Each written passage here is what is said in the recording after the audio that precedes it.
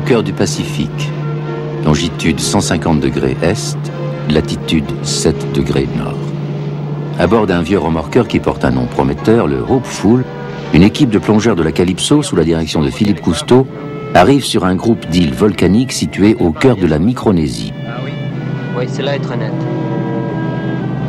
Le lagon d'une de ces îles, Truk, est un port naturel de 64 km de large, qui était autrefois l'un des meilleurs mouillages du monde et qui est maintenant souillé par les vestiges de la guerre.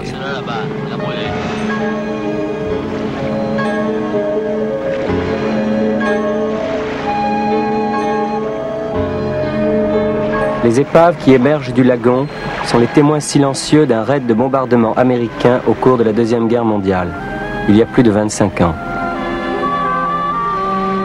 Ces ruines mangées par la rouille, ce n'est qu'un début. Plus de 30 navires de guerre japonais sont couchés au fond du lagon. Notre mission est de plonger à leur recherche.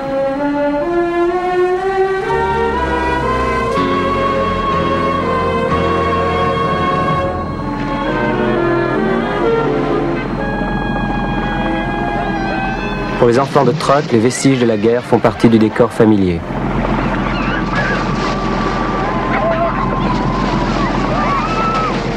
Notre objectif se trouve dans une flotte engloutie depuis un quart de siècle.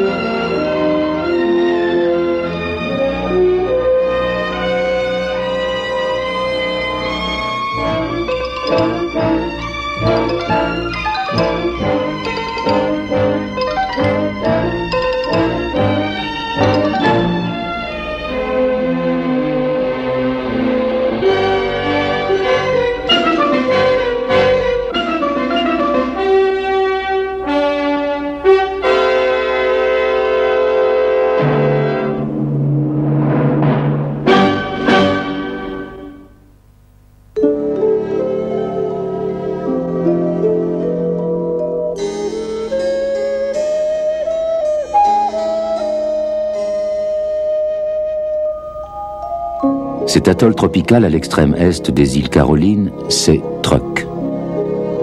Son lagon est le cimetière d'une vaste flotte de navires de guerre qui n'a encore jamais été explorée. Philippe Cousteau et son équipe pénètrent dans la baie et découvrent un monde de fantômes.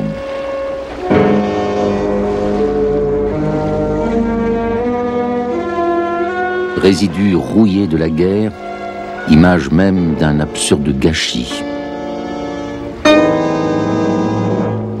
Tragique témoignage de la bataille qui s'est déroulée là, ce sont les restes du passé de violence de Truk.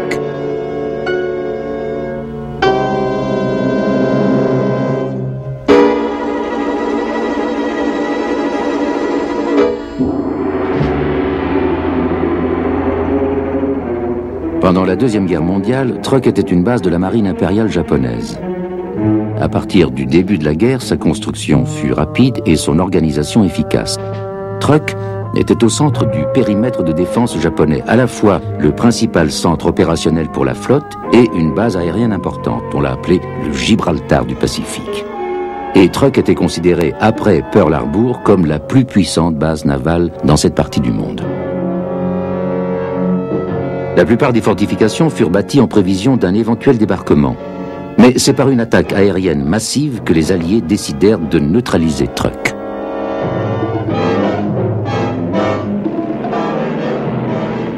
Le 16 février 1944 au matin, un premier raid. 70 avions de chasse américains, objectif numéro 1, les terrains d'aviation.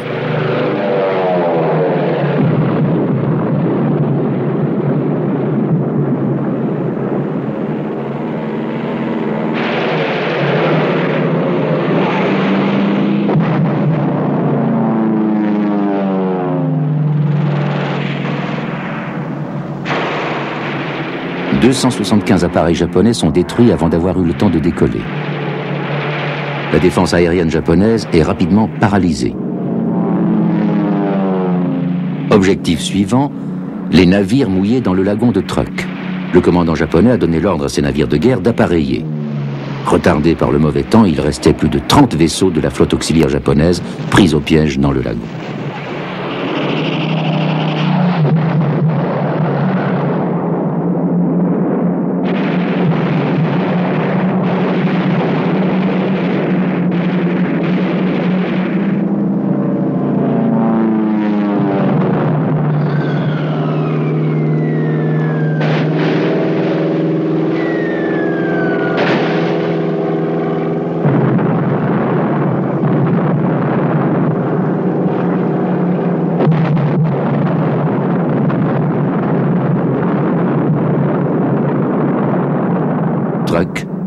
base navale japonaise est détruite. Il a suffi de 2 jours pour qu'elle ne soit plus qu'un cimetière de navires. Pour un marin, un bateau, c'est une maison. Et pour mes camarades à bord du Hopeful, une flotte disparue, c'est une ville engloutie. Ils sont seuls, bien loin de la Calypso. Ils ont de l'expérience, mais ils sont jeunes. Comme les indigènes qui les accueillent, ils n'ont aucun souvenir personnel de la Deuxième Guerre mondiale, de ses drames et de son histoire.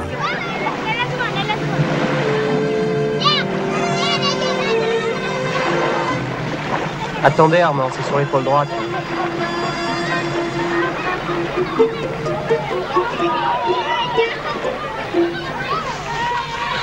Avant de quitter la Calypso, Philippe a étudié tous les détails de la bataille. Puis ici, avant de plonger, lui et son équipe partent à la recherche de ce qui reste des fortifications japonaises. Grâce à toutes les recherches que j'ai faites avant mon départ, je me sens en pays de connaissance. Je découvre que je suis capable d'identifier chaque détail du terrain. Comme si j'avais été l'un des pilotes pendant le raid sur Truk. Pourtant, je n'avais que 3 ans à l'époque. Moen, Dublin, Eten, Human et le récif extérieur. Tout le long. 40 000. Il est sorti. Enfin de l'air. Les hommes de la Calypso ont du mal à se frayer un chemin à travers la végétation tropicale. Allez. Un peu partout dans le monde, les jungles ont effacé les traces de civilisations entières. Il n'est donc pas surprenant qu'ici, la nature luxuriante ait enseveli tout le bric-à-brac de la guerre.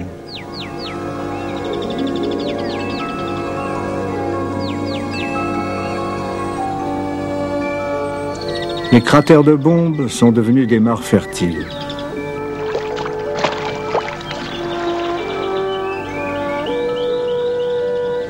Avec le temps, les cicatrices des conflits humains ne sont plus que des flaques d'eau, où vivent des créatures amphibies, comme ces périophthalmes.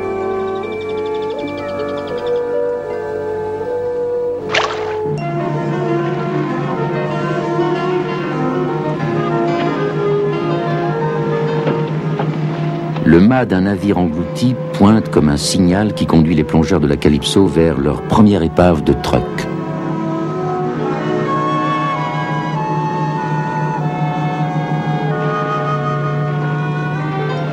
Notre guide, le capitaine Sikwo, un marin du pays, assure à l'équipe que le mouillage est sûr, quoique l'épave paraisse bien près de la surface.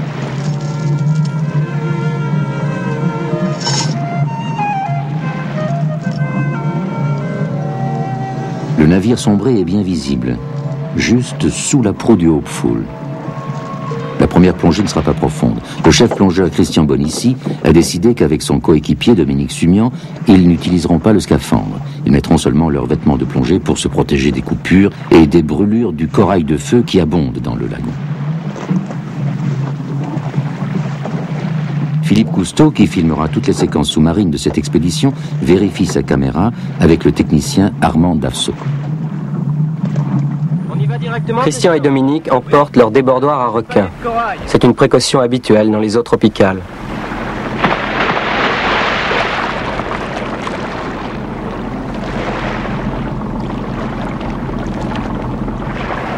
Les indigènes nous ont dit qu'il s'agissait de l'épave d'un petit bateau de servitude.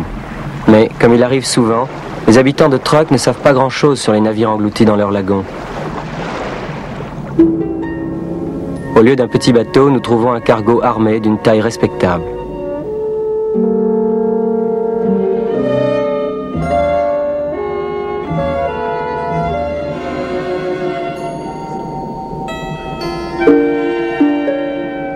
Le navire est coupé en 2. Il a reçu un coup direct.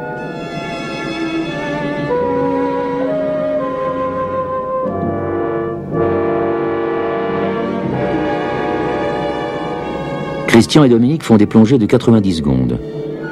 Ils prennent plaisir à descendre en plongée libre sans scaphandre et ils font une rapide inspection de la coque.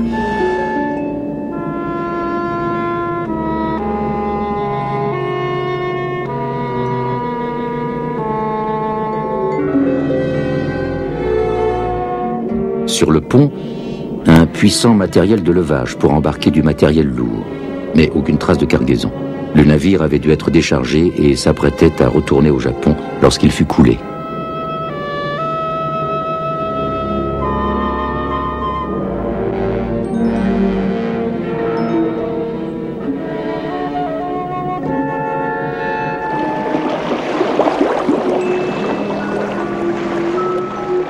Il y a d'autres débris tout près.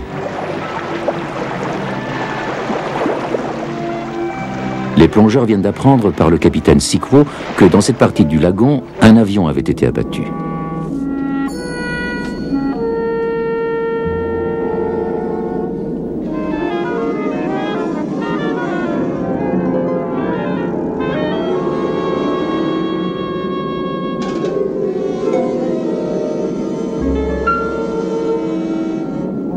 C'est un bombardier japonais, de ceux que les Américains appelaient Judy.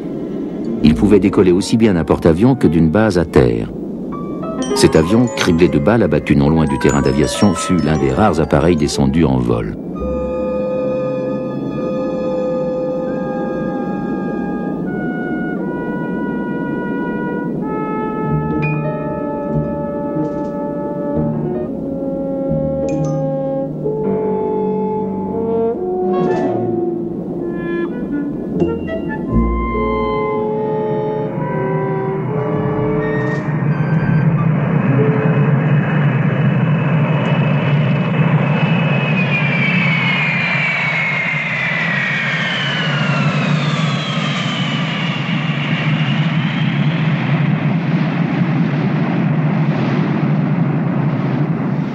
En arrivant de Monaco, je lis l'enthousiasme dans les yeux de ces jeunes hommes, le même enthousiasme que j'ai ressenti il y a bien longtemps lorsque je plongeais pour la première fois sur une épave. Pour nous, plongeurs, les épaves, c'est l'aventure, le mystère, l'émotion humaine. Toutes les épaves que j'ai visitées pendant toutes ces années étaient isolées. Mais ici, dans le lagon de Truk, c'est toute une flotte qui est ensevelie, prête à nous révéler son histoire. J'ai hâte de plonger moi-même et de partager les émotions de mes jeunes camarades. Voici les préparatifs pour les premières plongées profondes dans le lagon de Truk. On va descendre tous ensemble jusqu'au bout. Les lampes seront allumées. On va inspecter. D'abord, il y a une cargaison intéressante. Le Hopeful est mouillé tout près d'une demi-douzaine de navires japonais coulés. La profondeur maximum dans cette zone est estimée à 45 mètres. Le commandant Cousteau a rassemblé tout le monde pour un programme de plongée complet, mobilisant tous les hommes et utilisant tout le matériel disponible. Une exploration minutieuse des épaves peut révéler des détails inconnus sur le raid historique de Truk. Alors que je me prépare à plonger, les conséquences du raid de Truk accaparent mes pensées. Je sens à quel point l'histoire de la Terre est liée à l'histoire de l'homme. Par toutes ces actions, l'homme engage ses responsabilités envers la nature. Et les actes de guerre ont des conséquences qui se répercutent sur la nature. Je veux observer les effets sur la vie du lagon d'une concentration d'épaves comme il n'y en a jamais eu. J'ai appris à plonger à Philippe lorsqu'il avait 4 ans. Il découvrait alors les choses de la mer avec ses yeux d'enfant. Maintenant, lorsqu'il tourne ses films sous-marins, il a toujours la même fraîcheur d'esprit.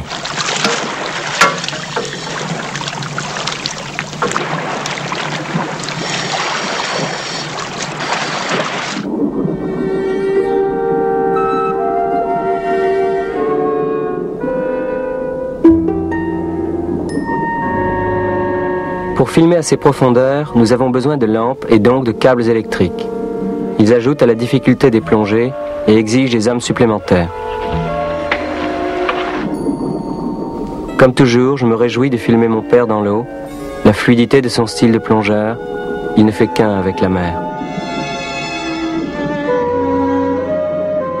Je contourne le flanc tribord d'un navire chaviré à la recherche d'un nom, d'une plaque.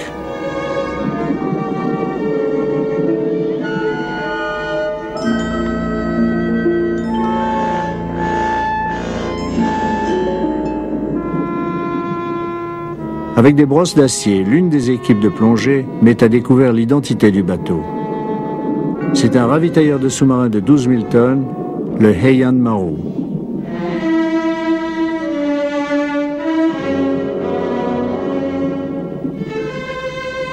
En 2 mois, nous explorerons les épaves de 8 navires de guerre, 3 pétroliers, 19 cargos, les 3/4 de la flotte coulée.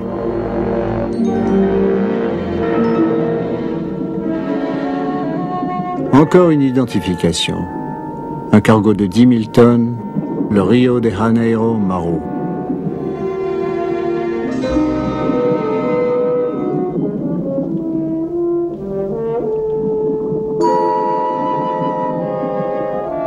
Je suis frappé par un contraste. Là-haut, dans le monde terrestre, la ferraille déchiquetée agonise en laideur rouillée. Alors qu'ici, au fond du lagon, ces squelettes de navires sont enveloppés d'une chair nouvelle. Ils fleurissent en myriades de créatures, comme ce gracieux Antédon, un lys de mer.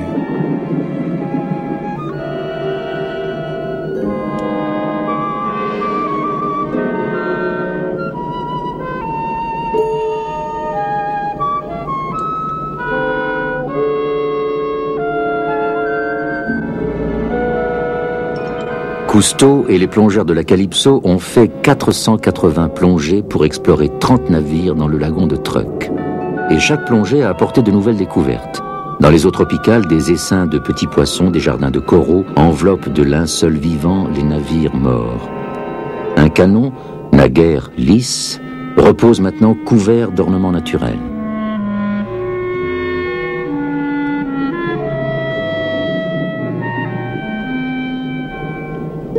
Cousteau nage vers le haut de la cheminée d'un navire. Elle est incrustée d'une épaisse floraison de corail. De ce poste d'observation, il a une vue d'ensemble de l'épave en dessous de lui.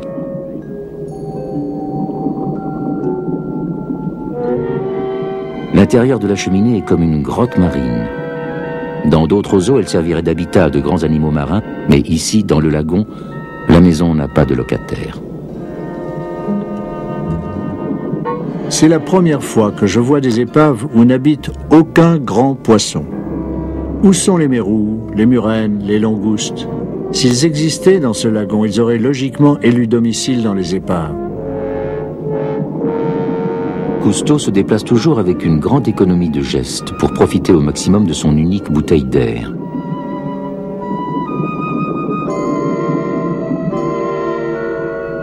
Sur le pont d'un cargo immergé, une pièce d'artillerie terrestre très peu endommagée. Elle a encore ses pneus.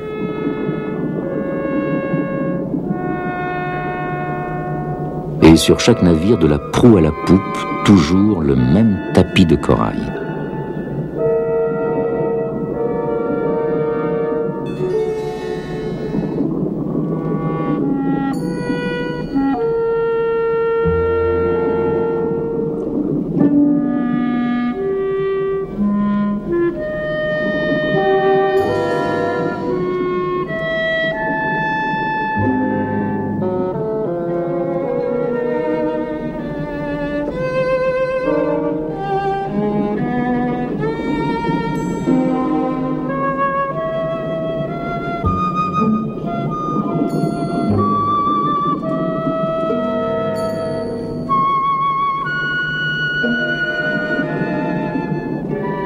Le corail ne pousse ni sur le sable ni sur la vase. Il lui faut un support dur que lui offrent les épaves. Sur chaque pièce de gréement se développe une vie marine en miniature.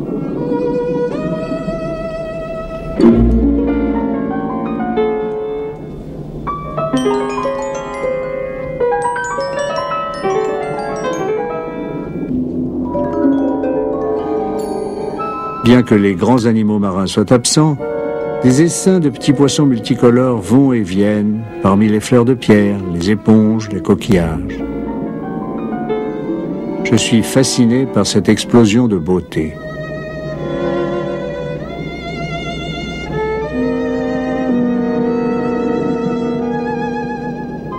Se mouvoir librement, sans effort, dans n'importe quelle direction, est un luxe que seuls les plongeurs connaissent. Un léger soupir suffit pour s'alourdir un peu et pour se glisser à travers une forêt de tôles déchiquetées.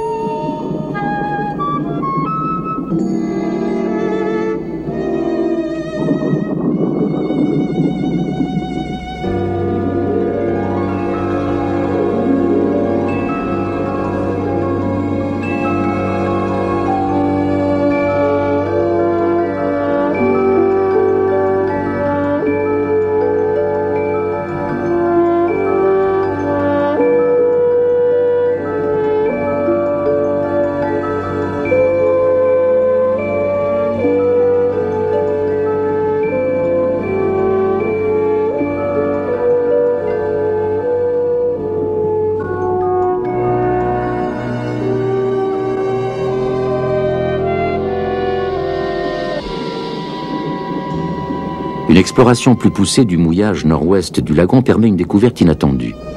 À 50 mètres de profondeur, un groupe de navires japonais. Ils ont encore leur chargement. À partir de 50 mètres, les plongeurs peuvent être sujets à l'ivresse des profondeurs. La perception est déformée, les dangers sont amplifiés.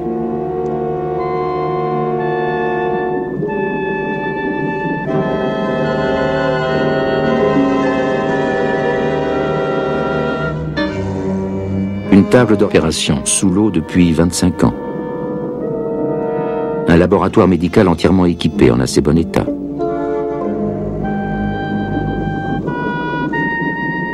Des chaises roulantes, encore soigneusement empilées. Un masque à gaz intact.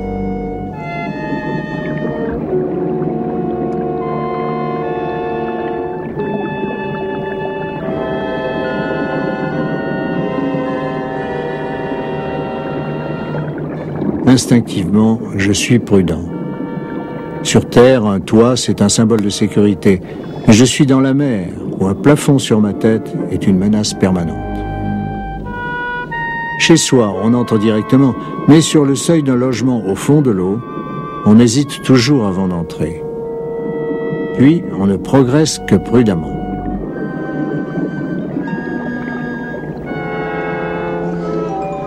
Le carré des officiers est vide, à part un coffre en bois. Sa laque, maintenant noircie, l'a protégé de la putréfaction.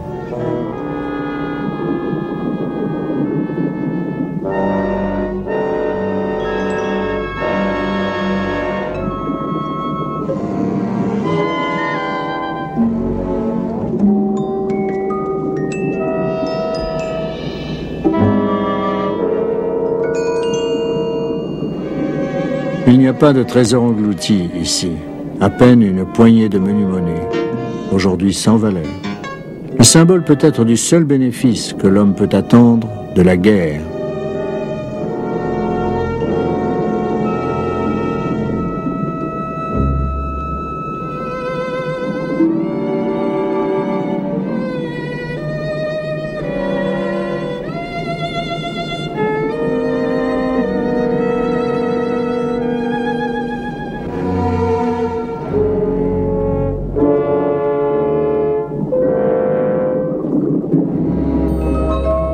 Des camions pleins de nourriture et de boissons. Après l'attaque, la garnison japonaise et les habitants de Truk mouraient de faim alors que des tonnes de vivres gisaient au fond du lagon.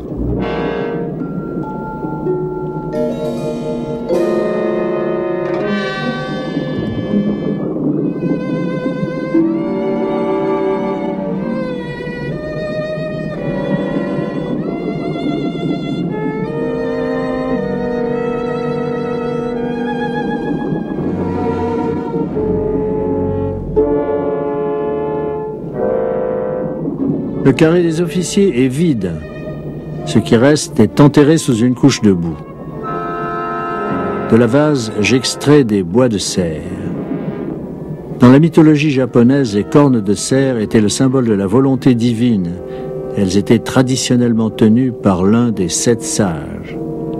Il n'y a pas de sagesse ici.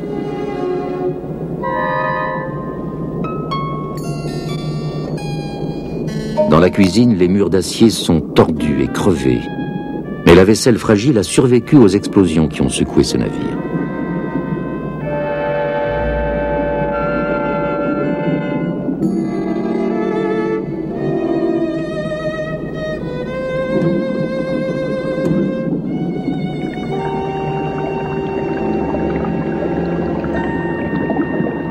Hors de ces pièges, un bref moment de repos en eau libre.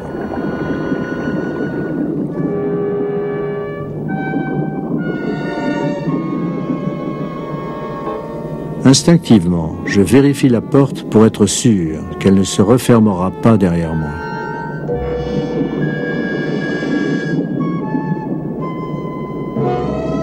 J'ai été intrigué pendant toutes ces plongées par l'absence de grands poissons. Maintenant, je commence à deviner pourquoi. Voilà des explosifs. Et les explosions tuent les poissons. J'apprendrai bientôt que les stocks de munitions de guerre sur les îles ont été pillés. La pêche à la dynamite a pratiquement éliminé les grands poissons. Ceux-là même qui mettent 20 ou 30 ans à grandir. Encore un héritage de la guerre.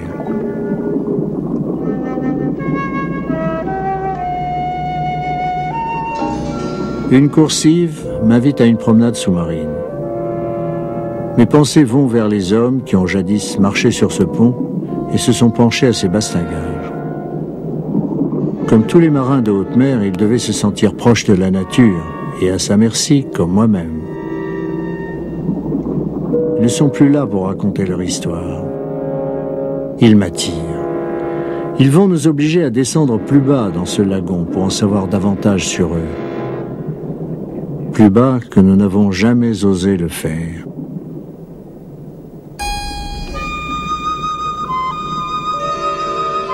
La première partie de l'expédition sous-marine est terminée. Presque tous les navires coulés aux différents mouillages du lagon de Truk ont été visités et minutieusement explorés.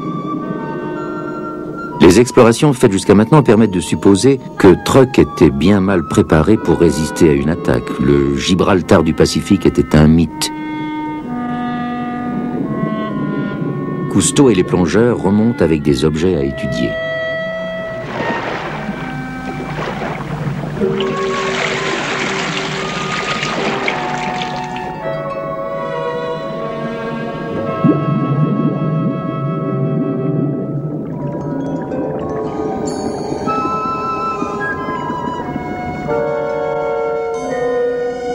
Il est rare d'avoir des distractions pendant les fastidieux paliers de décompression.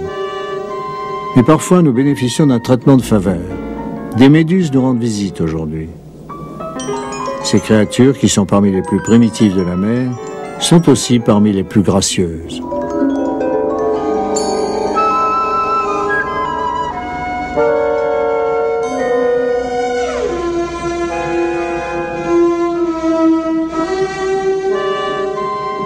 Les plongeurs se tiennent à proximité d'une bouteille de secours, dernière réserve au cas où l'air manquerait. Le temps de décompression est terminé. Le poisson pilote qui aimait jouer avec les plongeurs devra chercher de nouveaux compagnons sous-marins.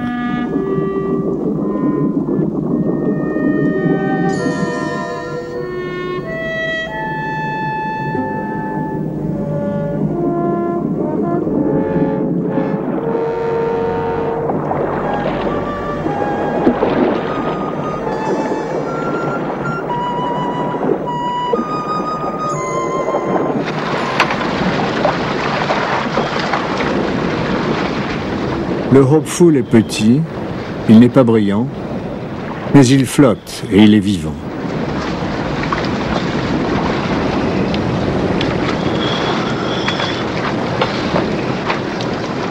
La tempête! C'est gros grain. La pluie, hein? C'est la tempête. La tempête. Eh bien. Les plongeurs vont confronter leurs impressions. Il est évident que les 2 journées tragiques de Truk ont eu des conséquences qui se prolongent encore. L'environnement sous-marin reste marqué par la guerre. Il faudra peut-être plusieurs générations pour que le lagon redevienne ce qu'il était auparavant, s'il le redevient jamais. Et pour les hommes, il y a l'excitation de ces plongées pleines de signification. Presque comme toutes, hein? l'axe nord-est, peut-être au mouillage sur les coques, il y a une série de carpeurs. Et alors on a vu une brèche formidable, explosion. Cousteau établit le programme de la plus décisive de leurs plongées. Une plongée qui sera précédée par la recherche méthodique d'un navire perdu. Les plus grands navires japonais étaient toujours ancrés au sud-est, au large de l'île d'Éten. C'est la partie la plus profonde du lagon, la plus difficile à explorer. Si on arrive à localiser le bateau et si la profondeur n'excède pas 90 mètres, les plongeurs tenteront l'aventure. Son emplacement précis, son identité et même ses dimensions sont inconnus.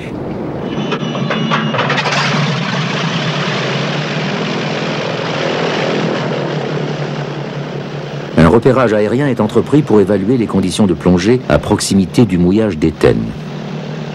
L'équipe cherchera en outre des taches de mazout ou d'autres marques visibles qui pourraient révéler la position de l'épave en question. L'avion survole à haut fond où l'on aperçoit un pétrolier chaviré, coupé en deux.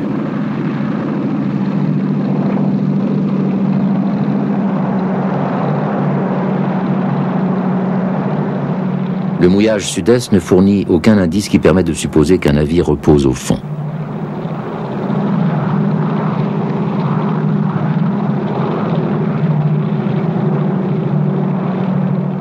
Nouveau survol de la zone pour essayer de trouver une trace de ce navire invisible.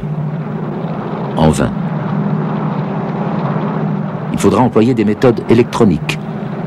Le Hopeful, modeste remorqueur, est maintenant transformé en navire de recherche. Fanamu, qu'est-ce qui pourrait nous intéresser? Stéphane après. On a 15 brasses. Ok. Maintenant tu prends le sommet du Blond. Alors, on est... Les indications du compas sont reportées sur la carte. 156. Les positions sont déterminées par des relèvements de signaux à terre. 156. Les échos du sonar indiqueront si l'on passe au-dessus d'une épave. Ok, midship, Zek. On a le même petit écho là. Ah. Le même que celui-ci. Nous repassons sur le profil de tout à l'heure. J'ai bien l'impression que c'est l'épave. Oui.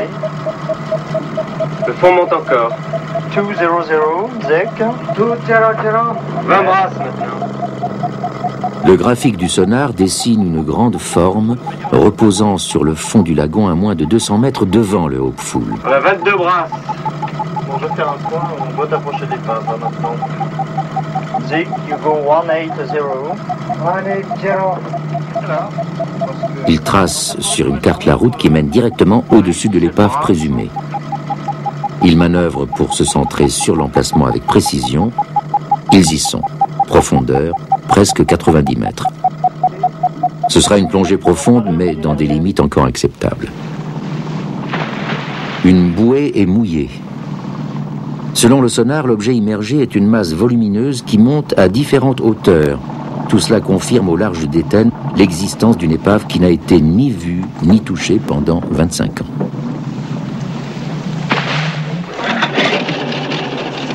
On remplit les grosses bouteilles d'air pour les plongées profondes, ce qui augmente leur température et dilate l'air.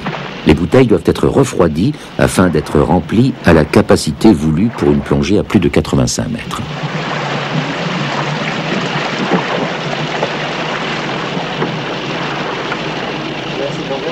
Même à bord de la Calypso, une plongée de ce genre poserait des problèmes.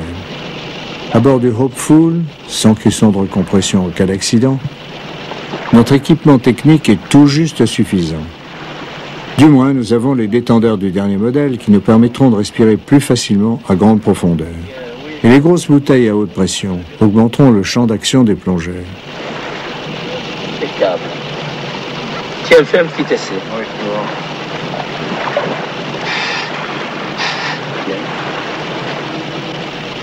L'atmosphère est tendue. Peu de mots sont échangés.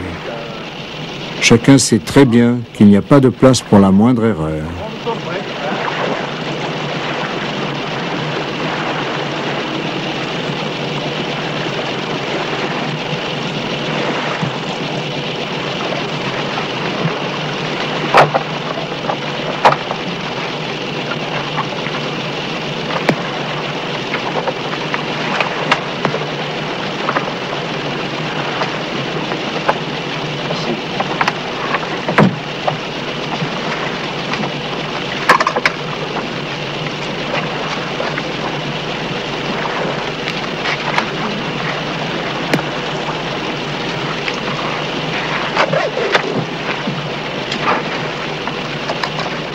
Chacun porte un profondimètre sur un poignet et une montre sur l'autre.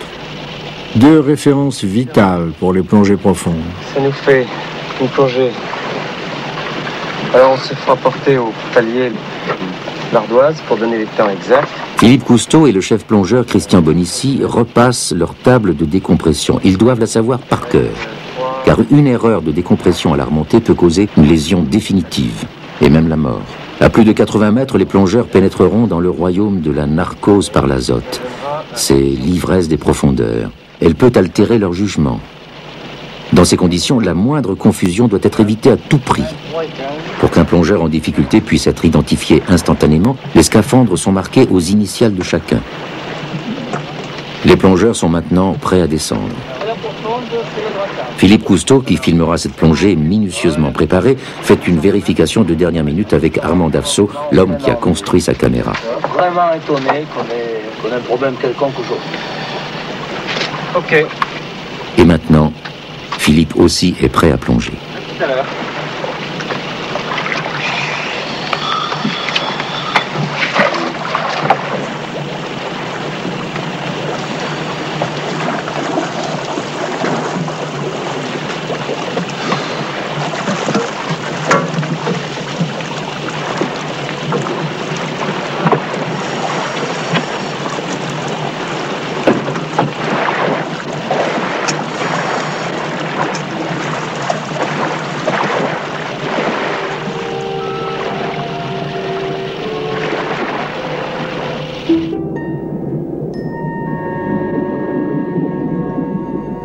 « 2700 ans avant Jésus-Christ, Gilgamesh, roi légendaire et héros mythique de Sumer, a plongé pour chercher l'herbe de la vie éternelle. C'est le premier qui fut hanté par l'inconnu.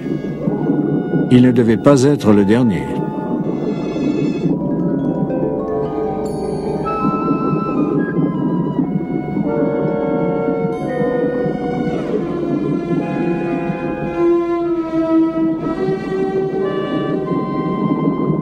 Ils descendent dans un monde où l'esprit est brouillé, où l'air est épais et dur à respirer. Ils descendent au-delà des limites de sécurité, avides d'inconnu, vers la caverne la plus profonde du lagon de Truk.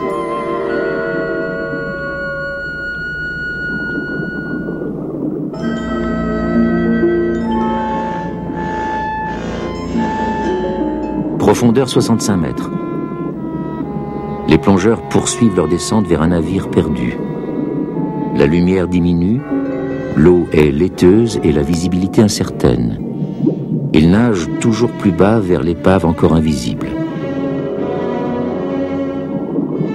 Soudain, le navire.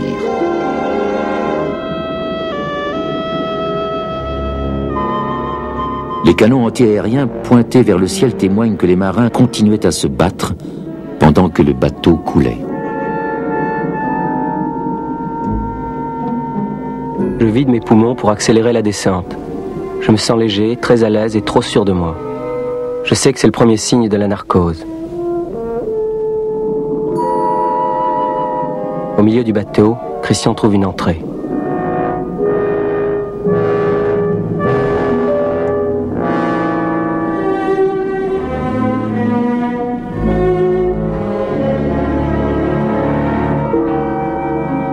Des lits de fer empilés. C'était un poste d'équipage.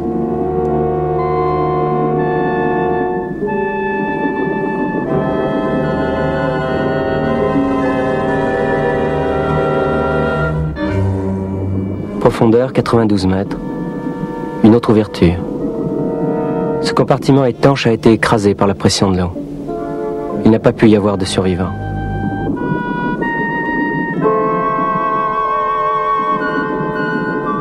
Christian prend la lampe. Dominique restera ici pour faire passer le câble et veiller sur nous.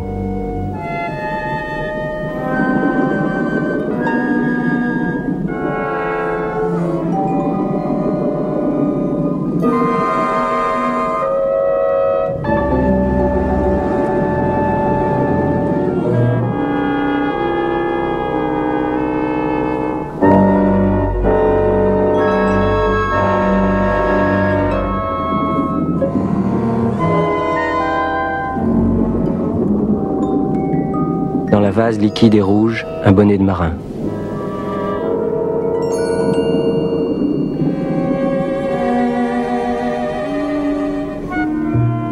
Les nuages de boue m'aveuglent. La lampe de Christian est à peine visible. Nerveusement, je me rapproche de cette lueur. Le câble de la lampe est mon seul lien avec la sortie.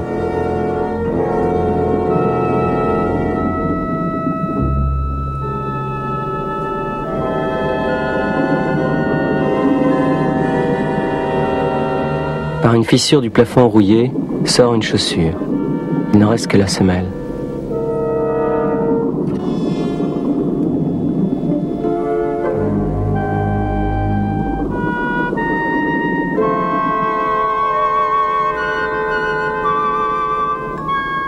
Une couverture encore pliée, intacte après 25 ans. C'est incroyable.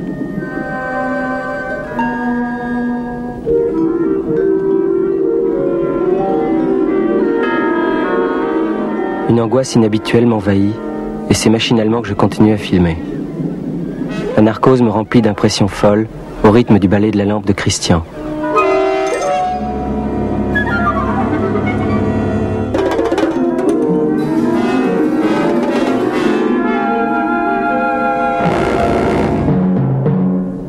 Et puis nous pénétrons en enfer.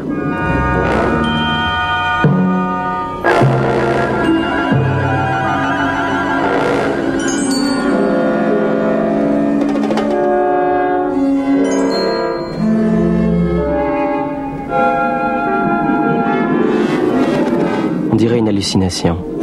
Pourtant, Christian est réel.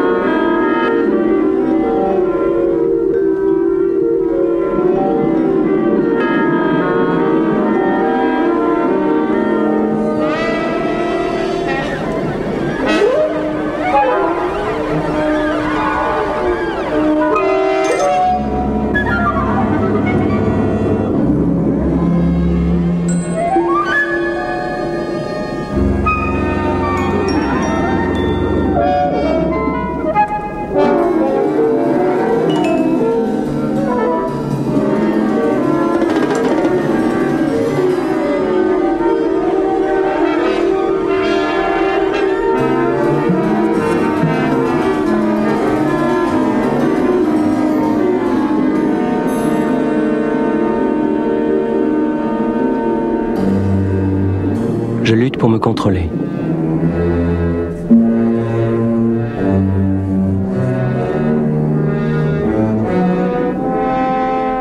Je sens quelque chose qui tombe à mes pieds et comme si une main me retenait, je suis tiré en arrière. J'essaie de me libérer.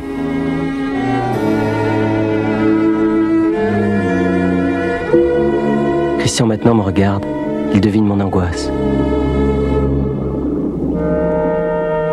Lui aussi est mal à l'aise.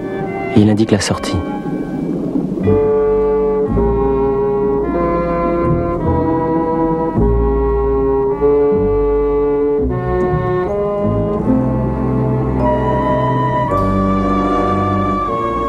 Émerger des entrailles du navire, c'est renaître. En remontant vers le Hopeful, il me semble que je m'échappe avec mon trésor le plus précieux, la vie. Seul, le manque d'oxygène dissous dans une eau stagnante a pu préserver les restes humains après 25 ans. Mystérieux accommodement entre la vie et la mort. D'une part, la nature absorbe les vestiges de la guerre, mais étrangement, elle les conserve aussi. C'est seulement dans des siècles que toute trace de la folie des hommes sera effacée au fond du lagon de Truk.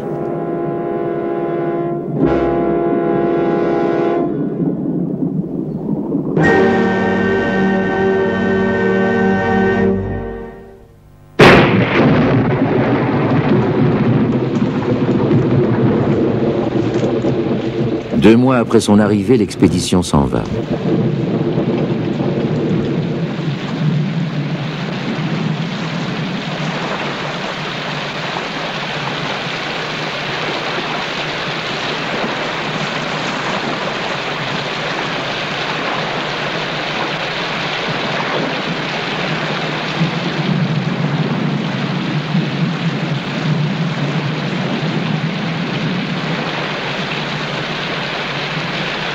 Ces hommes traversent pour la dernière fois le lagon. Ils étaient venus vivre une nouvelle aventure. Ils n'emportent avec eux que le souvenir lugubre de ce qu'ils ont trouvé.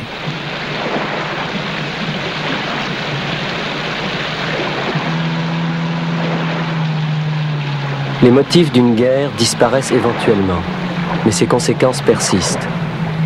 Le sacrifice de vies humaines, le gaspillage de précieuses ressources, le saccage de la nature elle-même.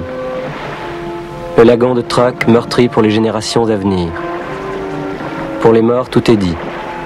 C'est aux vivants de porter le fardeau.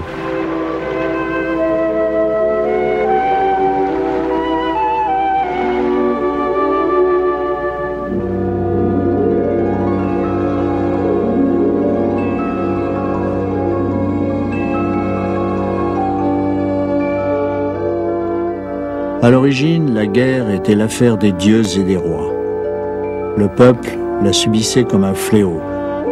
Pendant des milliers d'années, la guerre a eu le caractère inéluctable de la tragédie grecque. Mais aujourd'hui, les hommes n'ont plus à supporter passivement les conséquences de la guerre. Ils peuvent désormais peser sur les décisions qui mènent à la paix ou à la guerre. Avec cette prise de conscience nouvelle, l'espoir est né.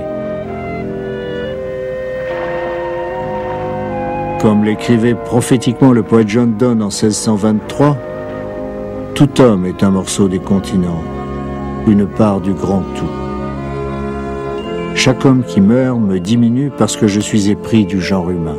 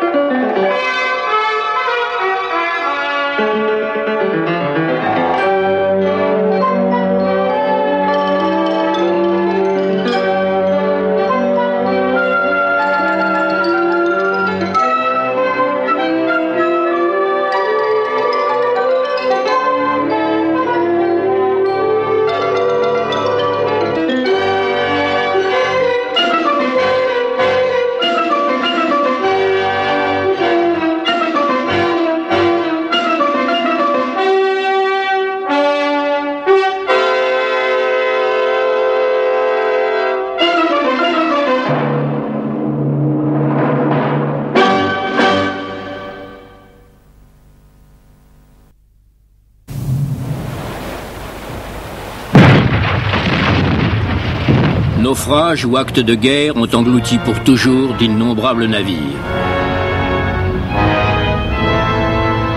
Chaque survivant se souviendra de son propre fragment de catastrophe, vision fugitive de l'éternité. We had a full lifeboat, and when we got lowered down, we drifted because we couldn't get all the oars out too. Well, we were always told that that ship could never sink, and then suddenly it stood up on end, straight up, and it went right down straight. And they never had any chance of getting to shore, sir. Never with that boat, never. And I propose to drink to the Britannic. Je propose de boire au Britannic, qui a connu un si tragique destin, et à son équipage. Tragic fate. To the Britannic. À Londres, le commandant Cousteau reçoit les 8 survivants du célèbre navire hôpital anglais le Britannic, coulé par l'ennemi au cours de la Première Guerre mondiale. And we were just served with our porridge, and suddenly there was a big bump. Chaque rescapé évoque ses souvenirs. Nous prenions notre porridge quand il y eut un grand bruit. Le bateau s'est soulevé, puis il est retombé. Et rien ne s'est produit pendant une minute ou deux. Le commandant s'est levé et a dit: Mesdames, vous savez ce que c'est. Allez prendre vos ceintures de sauvetage et montez sur le pont supérieur aussi vite que vous pourrez. Ne perdez pas de temps.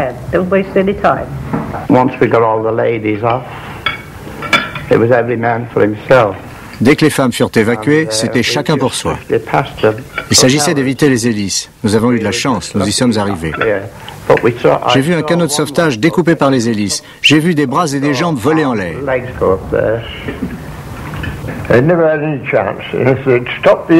Si on avait stoppé les moteurs, les naufragés n'auraient pas été massacrés par les hélices. Je leur demande s'ils croient que le Britannique a été torpillé ou a heurté une mine. I say torpedoed because, as I told you before, on the fifth journey, I saw the submarine. And it was a torpedo, it's not two torpedoes. Tout le monde n'est pas tout à fait d'accord.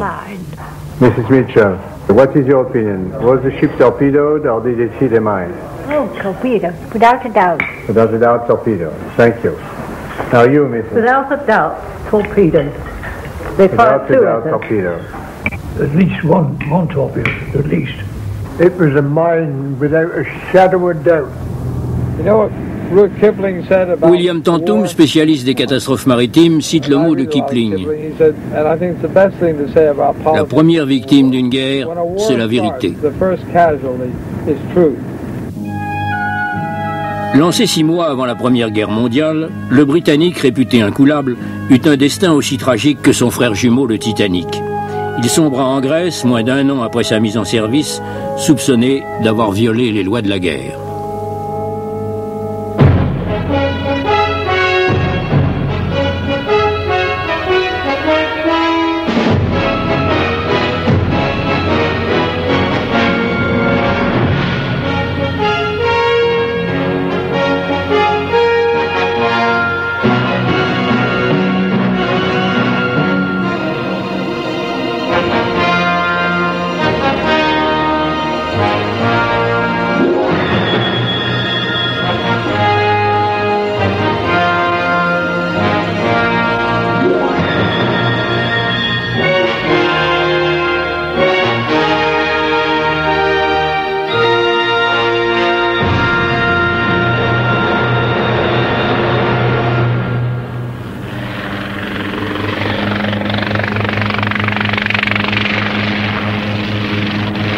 La Calypso suit le trajet parcouru par le Britannique au cours de son 6e et dernier voyage. Cap à l'est, elle entre dans la mer Égée, berceau de la civilisation occidentale. Une fois passé la splendeur mutilée du temple de Poséidon au Cap Sounion, le Britannique faisait route pour aller chercher les blessés de la campagne des Dardanelles qui avait été un cuisant échec pour les Alliés. Non loin d'ici, au large de l'île Kea, le 21 novembre 1916, à la suite d'explosions, il coula rapidement, faisant 30 morts. Pendant 60 ans, les mêmes questions se sont posées. Le Britannique transportait-il du matériel de guerre? A-t-il été frappé par une mine ou par une torpille? Comment un seul engin, torpille ou mine, a-t-il pu venir à bout d'un navire réputé insubmersible? Les réponses se trouvent au fond du chenal de Kea.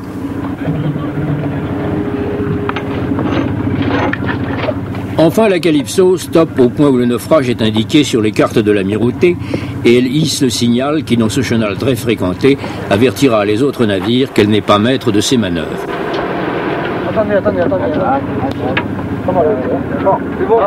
Le poisson du sonar latéral, qui couvre une bande large de 500 mètres, permettra d'accroître le champ de l'échosondeur vertical de la Calypso. Et la recherche commence.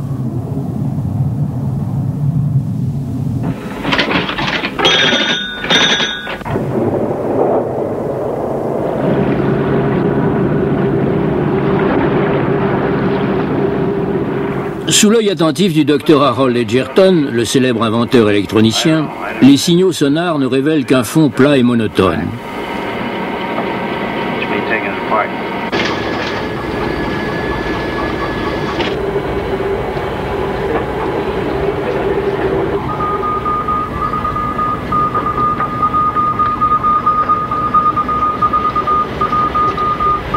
Les jours passent. La Calypso balaie inlassablement le fond de la mer, en vain. Attention, pour attention.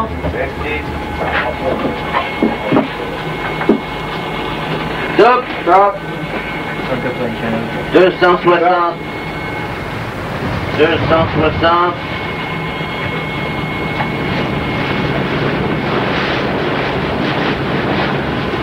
C'est au 152 à 3002. Le prochain point sera 36. 45 secondes. 45 secondes. 15 secondes. 500 000. 2, 1, stop. Stop.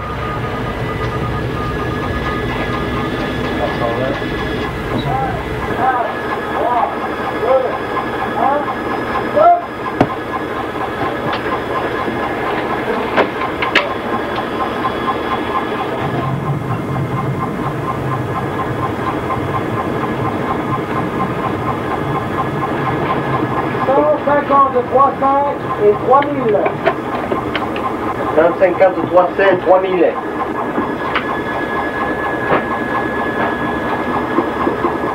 Line, same one, same last one.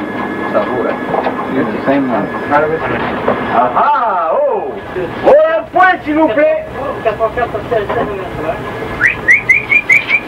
Il a maintenant. Elle est là. Oh là là! Oui, bien. Pile dessus. Enfin, un profil révélateur sur le graphique. On a trouvé le Britannique à 3000 de la position indiquée sur la carte de l'amirauté.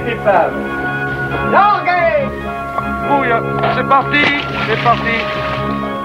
Une bouée va marquer la position de l'épave qui gît à 112 mètres de fond.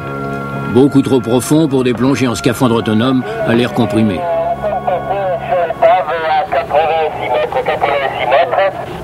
Ah, d'accord, bien reçu. Il y a beaucoup de mou dans celle-là, il y a beaucoup de mou. La bouée est à l'eau, il y a beaucoup de mou. Hein.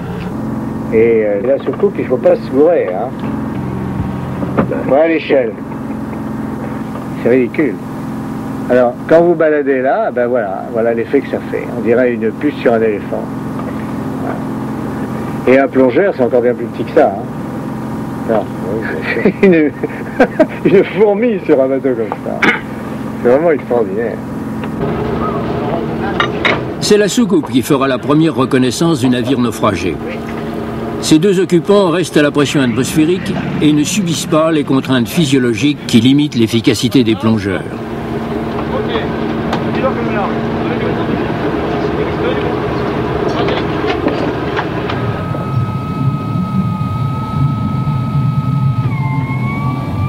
Sur le fond, les phares de la soucoupe ne révèlent d'abord que des débris épars du naufrage. Un panneau d'acier, des caissons aplatis, tout ce qui reste d'un canot de sauvetage, un mât brisé.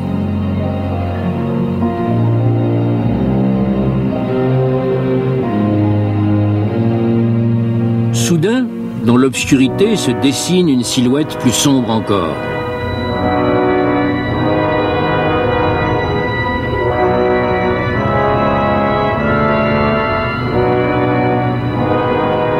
Couché sur bâbord, comme dormant d'un sommeil sans rêve, gît le corps immense du Britannique.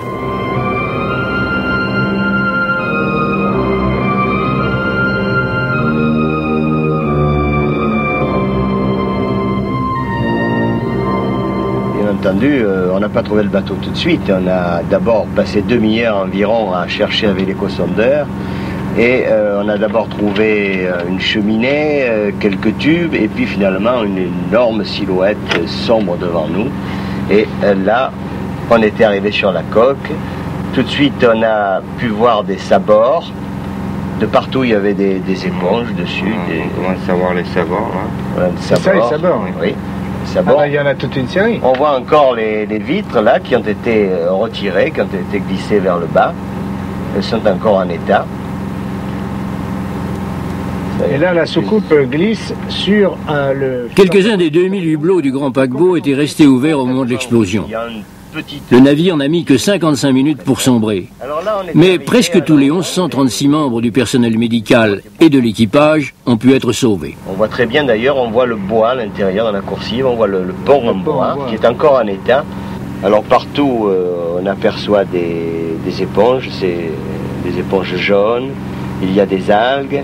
Et la coque est couverte entièrement. La dimension de l'épave rend toute vue d'ensemble impossible. Comme un monstrueux récif fait de mains d'homme, elle surgit du fond de la mer, haute de plus de 30 mètres et longue de près de 300 mètres. Oui. Alors, pour vous, on ne peut rien voir, on ne peut pas avoir de vue d'ensemble. Alors, ce qu'il faut, c'est descendre, organiser des plongées.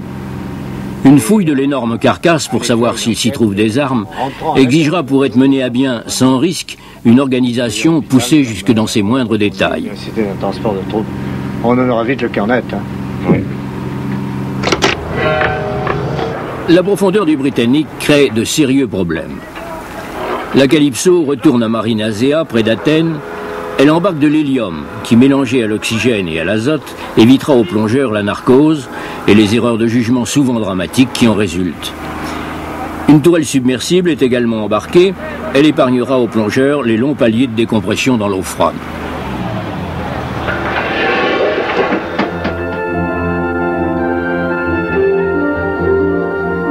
Ces ponts et ces cales encombrés par tout cet équipement spécial, la Calypso retourne au plus vite vers le chenal de Kea. À bord, un observateur particulièrement intéressé, le vice-président de la Société historique du Titanic, William Tantoum, qui étudie depuis longtemps les catastrophes maritimes.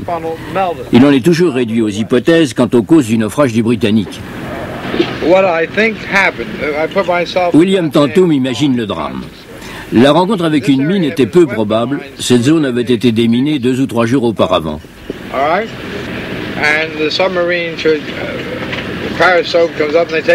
En revanche, quand le sous-marin a sorti son périscope, le commandant allemand a pu voir sur le pont beaucoup de monde qui s'agitait.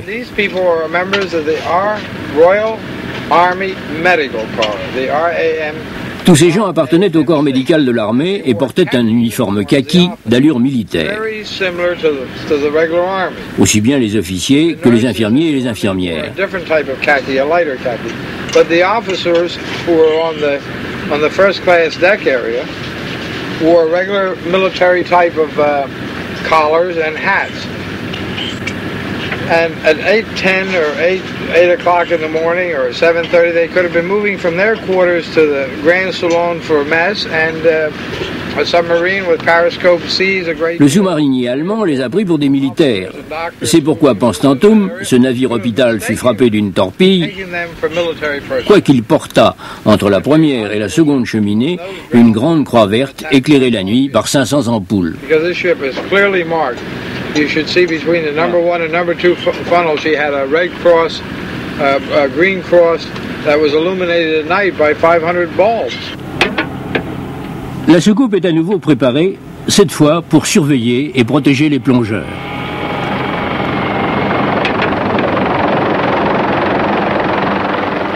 Maintenant arrive d'Écosse pour se joindre à l'équipe de la Calypso, une invitée formidable. Elle a 86 ans. C'est Sheila Macbeth Mitchell. Infirmière volontaire à bord du Britannique au cours de son dernier voyage, Mrs. Macbeth Mitchell conserve de cette fatale matinée de 1916 des souvenirs extrêmement clairs. Elle appartient au petit groupe des survivants.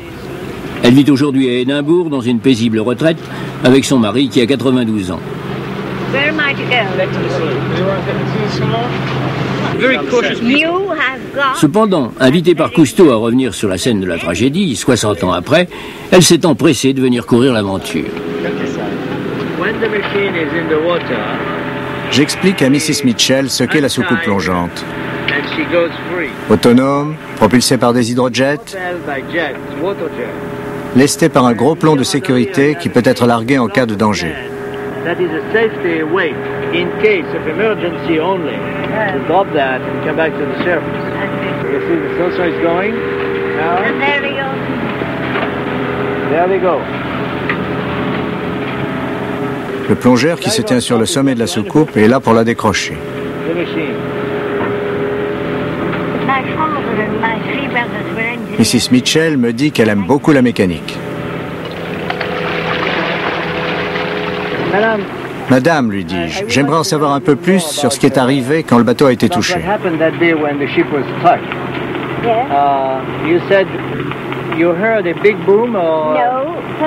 J'ai été prendre mon breakfast à la salle à manger, répond Mrs. Mitchell. J'avais avalé 2 cuillerées de porridge quand le grand bruit est arrivé. Est-ce que vous avez sauvé toutes vos affaires dans la cabine?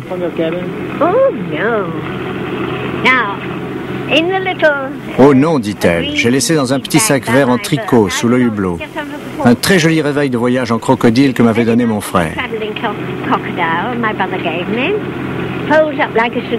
Il se ferme comme un étui à cigarette et il est lumineux. Si vous le trouvez, il ne marchera sûrement plus. Mais ce serait un joli souvenir.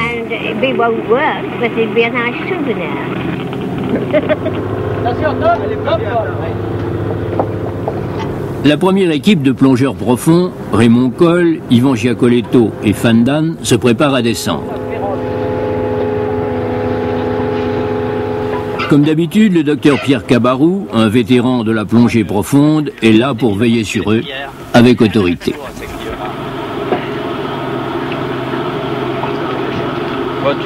Dans de lourds et encombrants scaphandres tribouteilles, ils emportent le mélange respiratoire d'hélium, d'azote et d'oxygène, calculé pour la plus grande profondeur prévue au cours de cette plongée. C'est une formule mise au point après des années d'essais et d'analyses. Elle est là. Elle est là.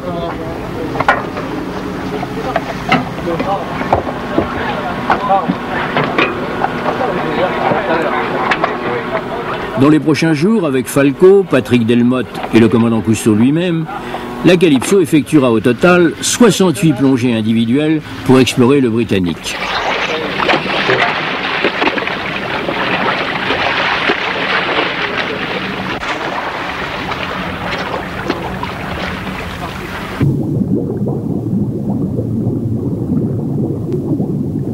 À la profondeur à laquelle les plongeurs doivent travailler, chacun n'a droit qu'à 15 minutes avant d'entamer les longues procédures de décompression. Parce que les minutes sont comptées dès le début de l'immersion, les plongeurs se laissent couler rapidement vers le fond. À 45 mètres, ils s'enfoncent au-delà de la tourelle de décompression submersible où ils devront revenir bientôt.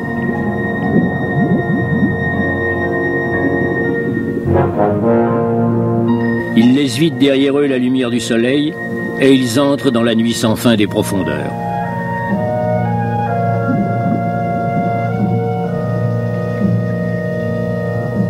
Comme une amie familière dans ce monde étrange, la soucoupe brille de ses feux dans les ténèbres du fond. Une fois encore, la coque se dessine devant la batterie des projecteurs. À travers un panneau béant de la cale arrière, les plongeurs pénètrent profondément dans l'intimité du navire. Présence fantomatique venue du monde de l'air et du soleil, le corps de ce grand paquebot appartient maintenant à un autre élément.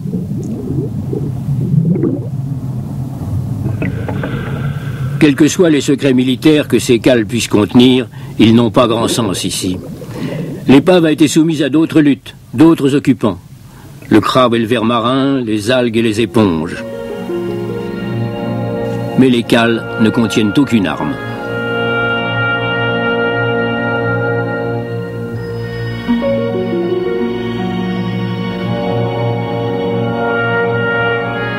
Le Britannique est comme une grande bête couchée sur le flanc. Ses ponts sont devenus des murs, les portes et les hublots bâillent là où devraient être les planchers.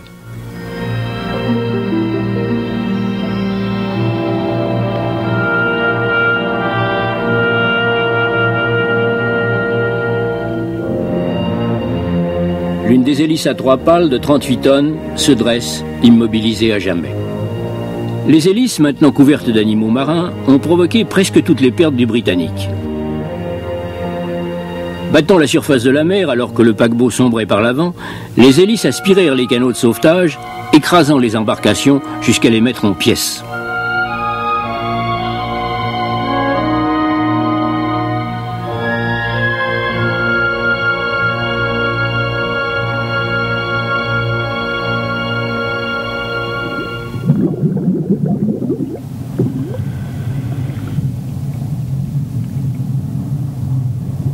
Moins visibles que les bernacles et les animaux marins qui recouvrent tout, un millier d'anecdotes s'accrochent encore à l'épave.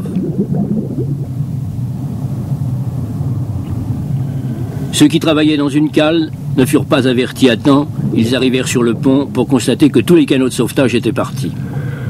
L'infirmière affolée qui laissa tout son argent sous son oreiller, mais sauva son stylo. Un scout de 16 ans, Edward Ireland, qui aida le capitaine sur la passerelle jusqu'à ce qu'on le force à monter dans un canot de sauvetage. Ici, dans un salon, un entassement inextricable de lits d'hôpital, évoque les 15 000 malades et blessés que le Britannique, dans sa courte vie, a ramenés en Angleterre. Mais par bonheur, le navire effectuait son voyage aller lorsque la mort est venue. Les lits étaient vides.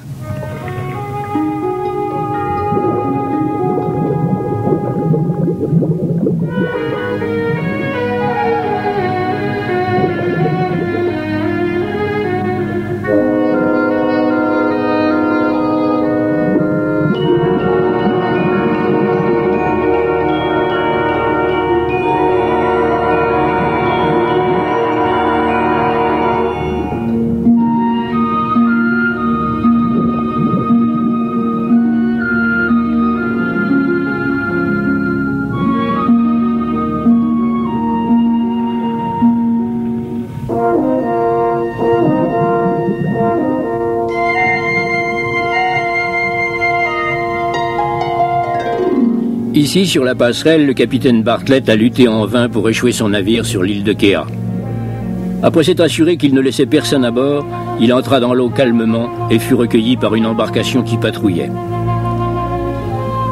Il reste maintenant peu de choses de cet imposant poste de commandement. Les cartes ont depuis longtemps disparu, les instruments de navigation ont été rongés par la mer.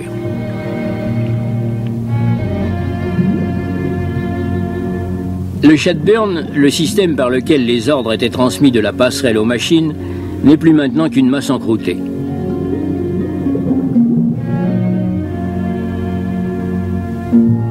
C'est lui qui a transmis le dernier ordre pour tenter vainement d'échouer le Britannique.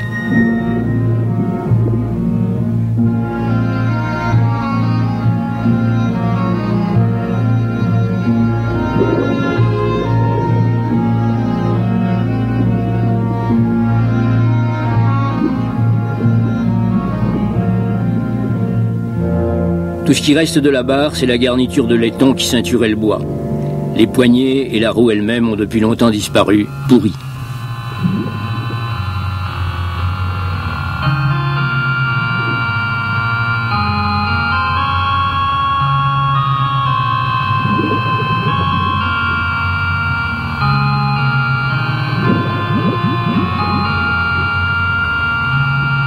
Avec un geste de triomphe, l'un des plongeurs brandit une trouvaille, le sextant corrodé du navire.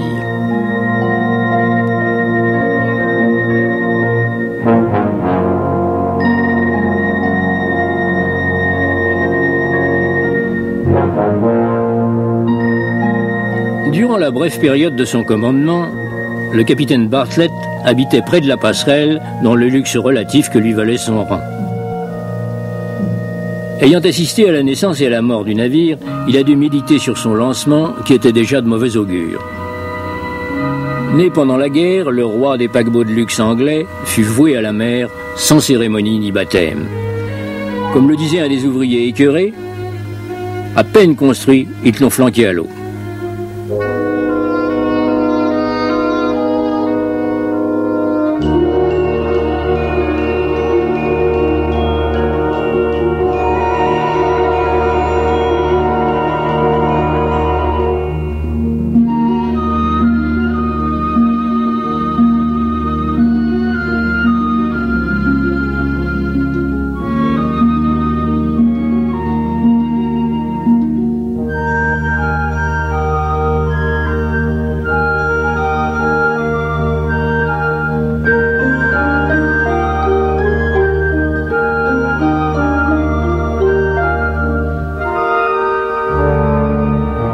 Désormais, c'est le temps qui commande.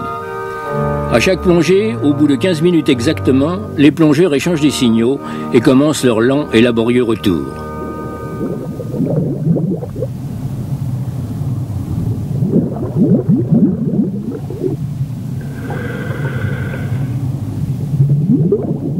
La tourelle de décompression qui les attend juste à mi-chemin de leur ascension offre un appréciable abri contre le froid.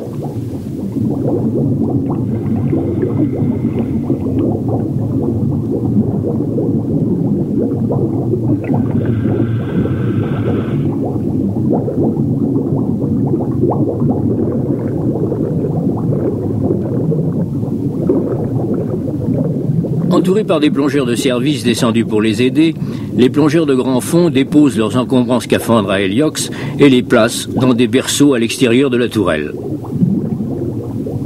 Abandonnant l'embout de leur tuyau respiratoire, ils nagent jusqu'au panneau inférieur et se glissent dans le confort relatif de la chambre de décompression. Êtes-vous à 3 dans la tourelle? Êtes-vous à 3 dans la tourelle? Vous êtes prêts à fermer la porte? Lorsque la Calypso est certaine que les 3 plongeurs sont en sécurité, l'un des aides fait une dernière vérification et ferme le panneau.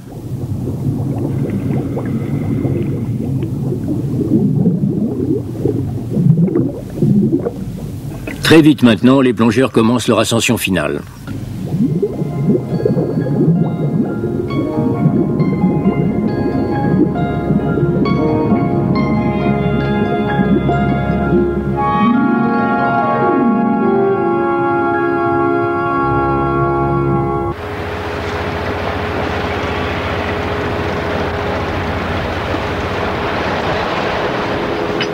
Hissée jusqu'à la plage arrière encombrée, la tourelle de décompression est immédiatement descendue dans la cale afin que la soucoupe puisse retrouver sa place sur le panneau de cale. Respirant à intervalles réguliers de l'oxygène pur, tandis que le docteur Cabarrou réduit graduellement la pression dans leur capsule, les plongeurs resteront emprisonnés pendant 2 heures et 45 minutes.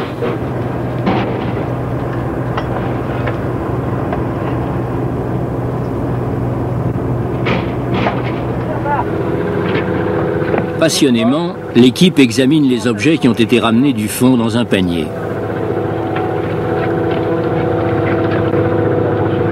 Il y a le nom sur une barre, mais il n'y a pas le nom du bateau. Sur l'anneau de laiton de la barre, on peut encore lire le nom du fabricant. Les moteurs. Le sextant.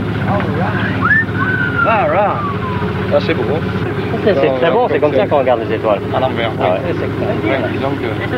Le sextant du navire, croit-on, pourrait encore être réparé et être utilisé s'il était trempé un certain temps dans l'eau douce et soigneusement nettoyé.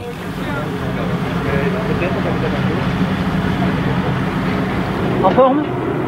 Allez, on peut mettre ça, monsieur. Enfin, les 3 plongeurs sont libérés après leur longue attente dans la chambre de décompression.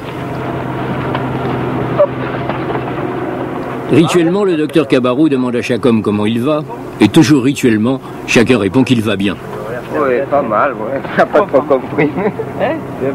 Mais Falco, qui les a observés dans la soucoupe, sait bien qu'en bas, ils étaient un peu perdus. Bonne idée. Yeah, you are, huh? Not very good. Here are all the patients, and here are the nurses and the matron. You'll see here the boats hanging. Mrs. Mitchell raconte. Les bateaux de sauvetage ont été aspirés par les hélices et découpés en morceaux. S'il y a eu quelques rescapés dans ces canottes, c'est parce qu'ils ont sauté à l'eau et se sont éloignés en nageant.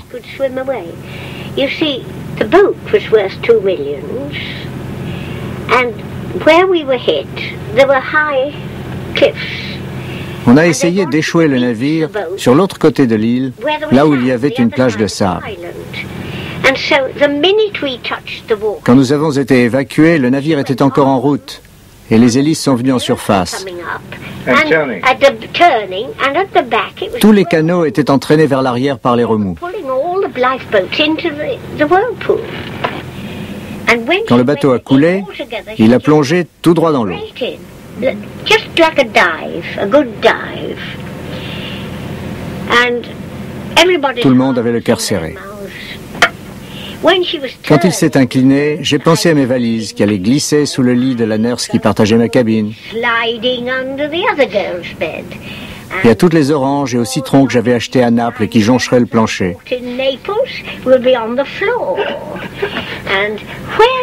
Et où est mon réveil?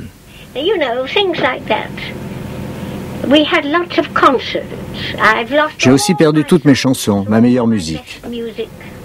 Maintenant, quand j'entends quelqu'un chanter, je sais que j'avais cette chanson, mais elle est au fond de l'eau.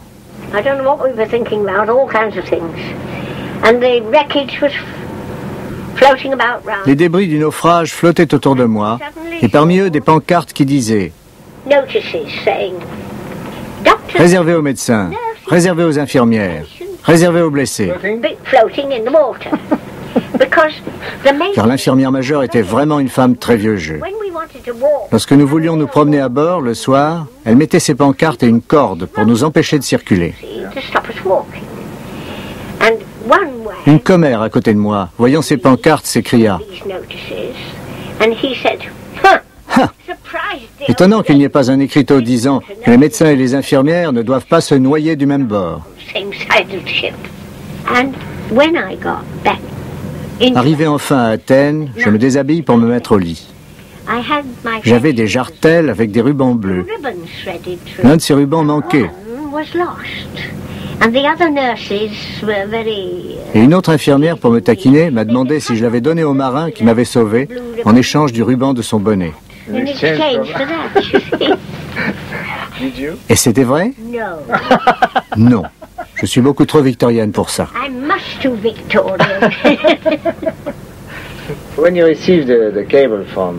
Enfin, je lui dis, quand vous avez reçu un télégramme vous demandant de venir ici, vous vous êtes décidé très vite.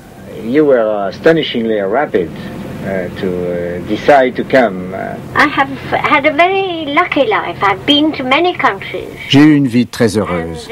J'ai vu beaucoup de pays. Et je ne pensais pas que je reviendrais voir le Britannique. Et c'est merveilleux. J'ai maintenant 10 ans de moins que mercredi dernier. Tandis que les jours passent et que les recherches progressent, Cousteau lui-même se prépare à visiter l'épave. Si on rentre quand on a l'attention là-dedans, c'est ça qu'il faut regarder. Alors, Bébert va rentrer devant. La soucoupe tourne pendant ce temps. Je vous rentrer avec Bébert. Il faut que les lampes sont à l'intérieur, je rentre aussi. J'essaierai, je ne vous garantis pas, si tout va bien, ce qui n'est pas sûr, j'essaierai de descendre quand même, c'est-à-dire d'aller latéralement. Vers l'arrière. Hein? C'est-à-dire d'aller vers le fond, non. Aller vers le fond du bateau, mais pas vers le fond de la mer. Oui, bien sûr. Hein? Au même niveau. C'est-à-dire que quand on descend l'escalier, on reste au même niveau. Bon. Et il faudra me sortir un profondimètre et une...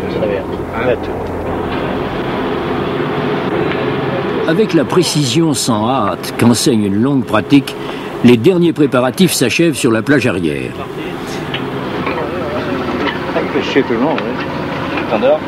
Avec ses compagnons de plongée, Patrick Delmotte et le plus ancien de l'équipe, Albert Falco, Cousteau répète le catéchisme de la sécurité en plongée. Allez, hop. C'est marrant de se dire qu'on va avoir froid alors qu'on crève de chaud. Ouais, c'est bon d'avoir chaud. Hein? C'est bon d'avoir chaud. Oui, avant, oui. On emmagasine un peu de ce qu'on va perdre. Alors, on va couper des calories. Ouais. Bien qu'il bavarde comme d'habitude, chacun d'eux sait qu'il va travailler à des profondeurs où la survie exige une obéissance totale aux règles. Sur la base précise de la durée de la plongée et de la plus grande profondeur atteinte, le docteur Cabarrou calculera le schéma de la décompression et le rythme d'inhalation d'oxygène. C'est pour quelle durée? 15 minutes à 15 minutes à 100. Oui. Et 10 minutes à 110. Et 15 minutes à 110. Une dernière précaution, chacun place l'index de sa montre sur l'heure impérative de la remontée. Ça, on connaît. C'est ça. Si on fait que 10 minutes à 110, c'est le palier. C'est ça, 64. Il n'y a que 64.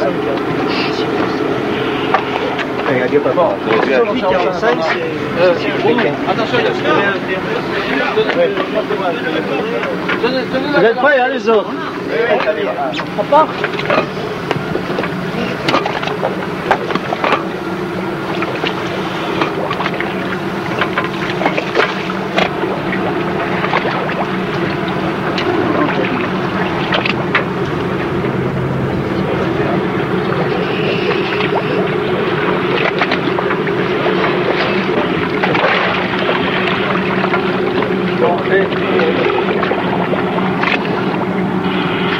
Il est parti. 15 3 0 0. Il est parti. Lorsque Cousteau disparaît, Falco et Delmotte le suivent immédiatement, car déjà les chronomètres sont en route. Sur ta montre, là où tu le mets, Comme toujours, la plongée est une course contre la montre. Une chute vers le fond qui tient du rêve. À 45 mètres, je passe devant la tourelle de décompression, sans laquelle le retour en surface serait fatal pour chacun de nous.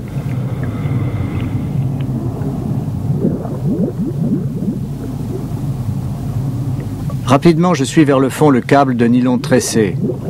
Et bientôt, je dépasse le lest de la tourelle, suspendu comme une pierre dans le ciel.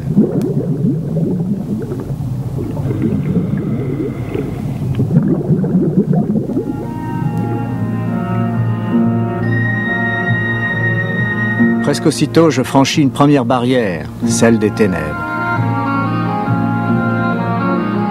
Puis, à 60 mètres, tandis que Falco et Delmotte me rattrapent, nous abordons le mur du froid, le gel qui s'insinue dans nos vêtements comme dans nos esprits. Enfin, je commence à discerner la silhouette colossale de l'épave. Mon profondimètre indique 95 mètres. Il nous a fallu 6 minutes pour parvenir ici. Il faut absolument que dans 9 minutes, nous entamions la remontée.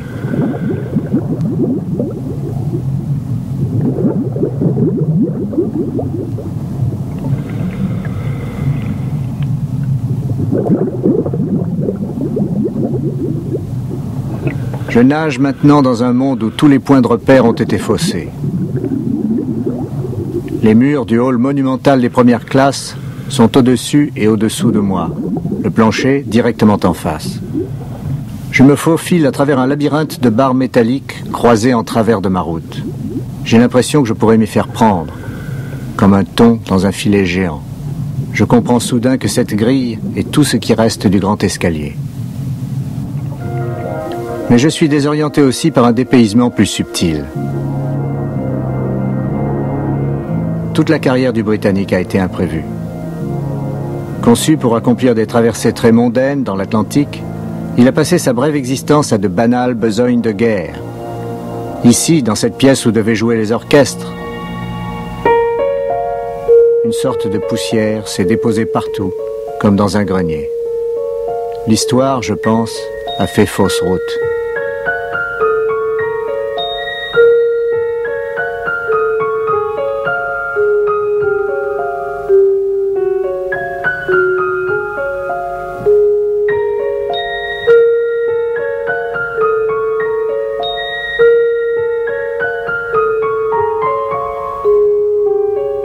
J'approche de la grande déchirure, ouverte à l'avant de la coque par l'explosion. Tandis que Falco filme et que Delmotte braque le faisceau de nos puissants projecteurs, je cherche des indices qui pourraient nous en apprendre davantage sur la tragédie du Britannique. Bientôt, je suis environné de plaques d'acier tordues, de cloisons déchiquetées, par des perruques de câbles électriques arrachés et de madriers pourris. Je me rends compte que j'ai pénétré profondément dans les entrailles du navire.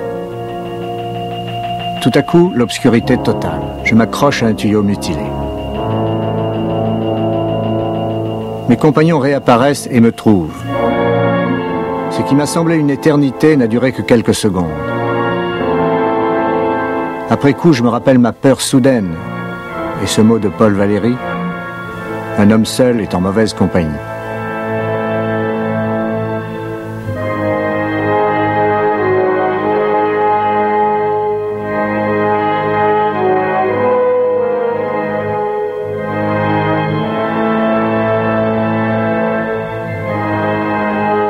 Rapidement, nous continuons la recherche. Quand nous atteignons le tréfonds de l'épave, la profondeur est de 110 mètres. Ici et là, l'un de nous ramasse quelques débris et les enfourne dans le panier de la soucoupe. On les examinera plus tard à la surface.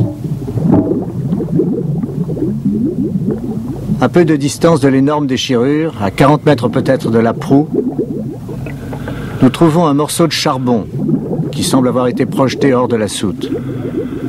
Peu de choses, somme toute.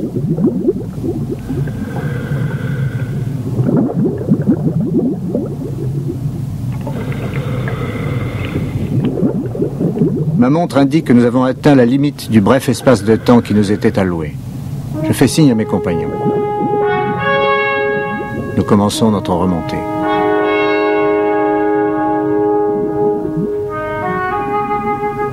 Derrière nous, dans la nuit, nous abandonnons la coque brisée d'un chef-d'œuvre de la technique.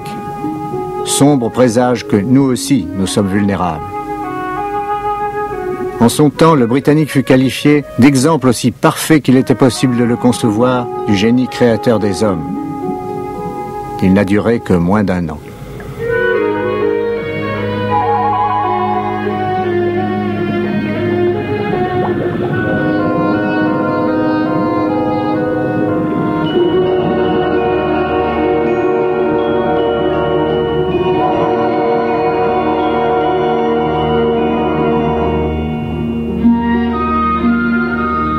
À peu près à mi-chemin, les plongeurs de service venus de Calypso nous attendent à la tourelle. Ils nous aident à enlever nos lourds scaphandres et les rangent dans leur berceau, tandis que nous pénétrons dans le tiède refuge de la tourelle de décompression. Nous sommes de retour dans la seule cellule que nous puissions habiter en sécurité pendant les 2h45 à venir. Les plongeurs de service passent une dernière inspection et l'étape finale de notre ascension commence.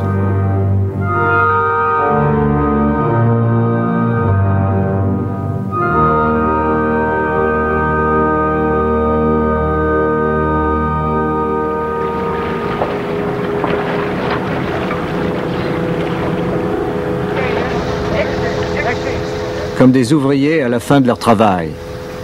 Nous cherchons à occuper nos loisirs. Avec un beau fusil d'argent, avec un beau fusil d'argent, il a tué le canard blanc, il a tué le canard blanc. Il n'y a pas de violette dans le printemps, si d'amour ma molette dans les amants. On veut des akouskis par le sas ainsi qu'une bouteille de pinard. Le pinard est pas trop fin. Mais le sas est un peu trop plat. Oui, d'accord, pour la bouteille, mais pour un verre. Par le tube d'oxygène. Oui, un peu de vin par le tube d'oxygène. Vous avez 1 minute pour arriver à 24. 1 minute pour 24.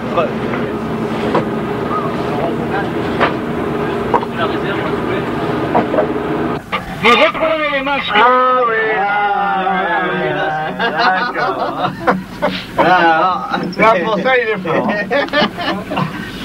Pour le caviar, nada, mais pour l'oxygène.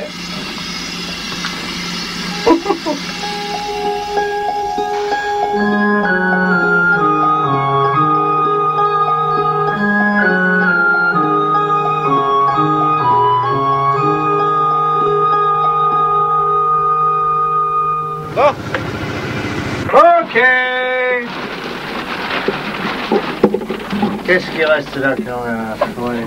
C'est tout. Obéissant aux tables inflexibles, le docteur Cabarrou nous délivre enfin de notre prison exiguë. Bonjour.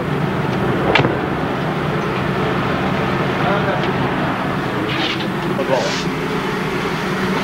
Beaucoup de matériel. Par contraste, le pont encombré de la Calypso nous paraît immense.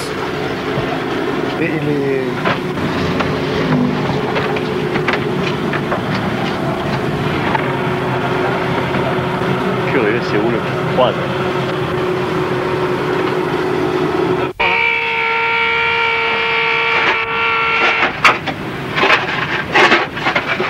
Je crois que c'est ce morceau de charbon. Oh là, mais il est énorme. Avec la découverte du morceau de charbon, bien des éléments du mystère du Britannique deviennent assez clairs. Nulle part, les plongeurs n'ont trouvé la preuve que le Britannique était autre chose que ce qu'il prétendait être. Je crois maintenant qu'il a été projeté. Un navire hôpital consacré à une tâche humanitaire. Et Il y en avait d'autres? c'est de l'anthracite. Hein? Non, pas de cette étage. C'est de l'anthracite de Cardiff. Ah oui. Magnifique, hein? C'est du beau charbon, ça. Cousteau est convaincu que la déchirure dans la coque est beaucoup trop grande pour avoir été provoquée par une mine ou par une seule torpille. Il croit que la première explosion a enflammé dans les soutes la poussière de charbon extrêmement volatile. Parce que la poussière est suffisamment fine. et causé ainsi presque simultanément une seconde explosion encore plus violente qui a projeté le charbon hors de la coque. Madame, dis-je à Mrs. Mitchell, je voudrais vous montrer un morceau de charbon que nous avons remonté du Britannique. From Naples, I think. Probably. Je pense, répond Mrs. Mitchell, qu'il venait de Naples. Il tombe en poussière, hein? Poussière parce qu'il est humide. No. Maybe, do you think that's enough? Oh, sure. Okay. Can I have that little bit? Sure. Est-ce que je peux en avoir un autre morceau? I'll give a bit to Monty. Sure. So that's coal from the Britannic. Oh, it's wonderful.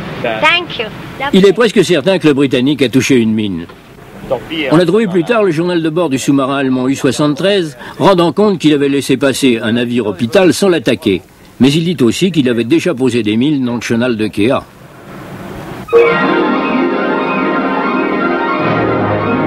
Le travail est fini, mais il reste à la Calypso une mission à accomplir.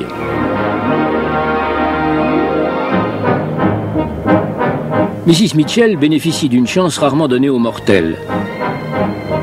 La possibilité de remonter dans le temps pour revoir son passé.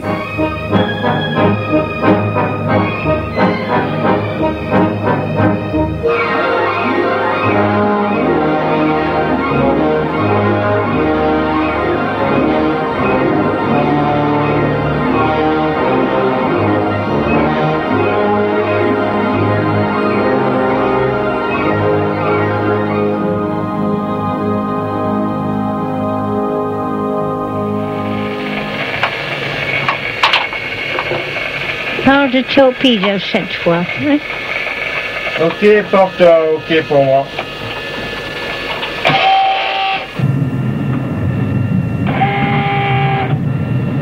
Descente normale pour moi. Après une vie entière, la jeune infirmière de la cabine 15 retourne vers le navire où elle a perdu son réveil matin, quelques vieilles chansons et un sac d'oranges.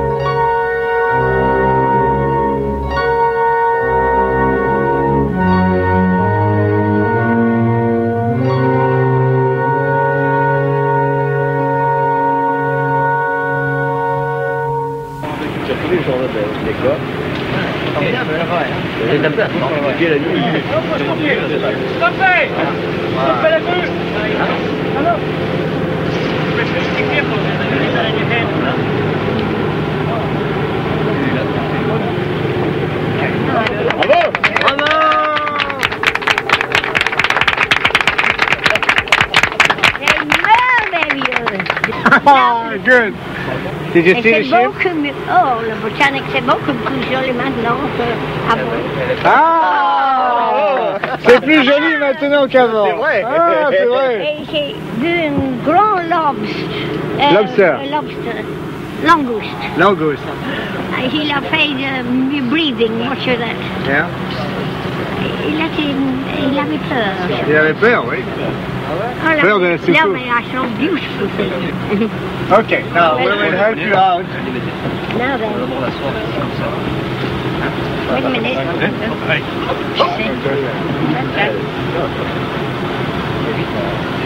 Get these big things out. Il faut avoir des skis. Il faut avoir des skis. J'ai rencontré un mari sur les skis. En Suisse. Sur le truc derrière. On dit ça. That's right. Very good. Attendez, capitaine. Oui. Encore une marche. Et attention, vous arrivez sur le pont là. Bravo. Madame. Je demande à Mrs. Mitchell quelles sont ses impressions. Je n'ai jamais connu une telle expérience, dit-elle. Bravo, madame. Thank you too much. I never dreamt I'd go to any place like that. And my helicopter and all. L'hélicoptère, la soucoupe et tous mes amis. To come to Edinburgh to see me. Et n'oubliez pas, vous devez tous venir me voir à Édimbourg. N'attendez pas trop. Je ne pourrai pas durer bien longtemps. Okay. Oh, dis-je, vous êtes parti pour vivre encore longtemps. Elle répond, I try my best. je ferai de mon mieux.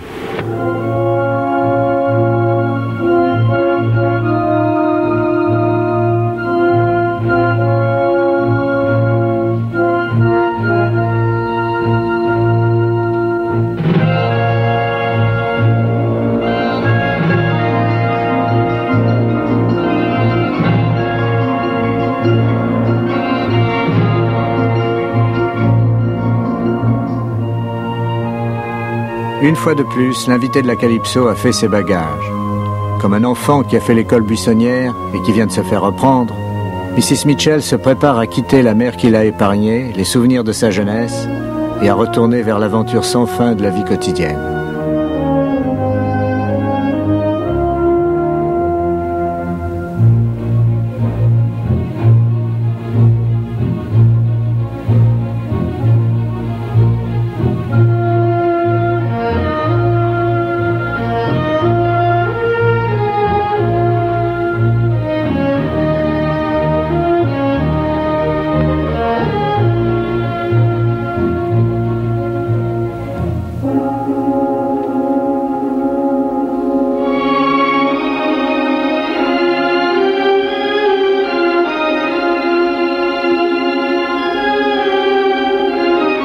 À bord de la Calypso, nous avons tous été sensibles à la vigueur et au courage de Lady Sheila Macbeth Mitchell. Quels que soient les destins qui l'attendent désormais, chacun formule pour elle dans son cœur le même vœu. Bon voyage, Mrs. Mitchell.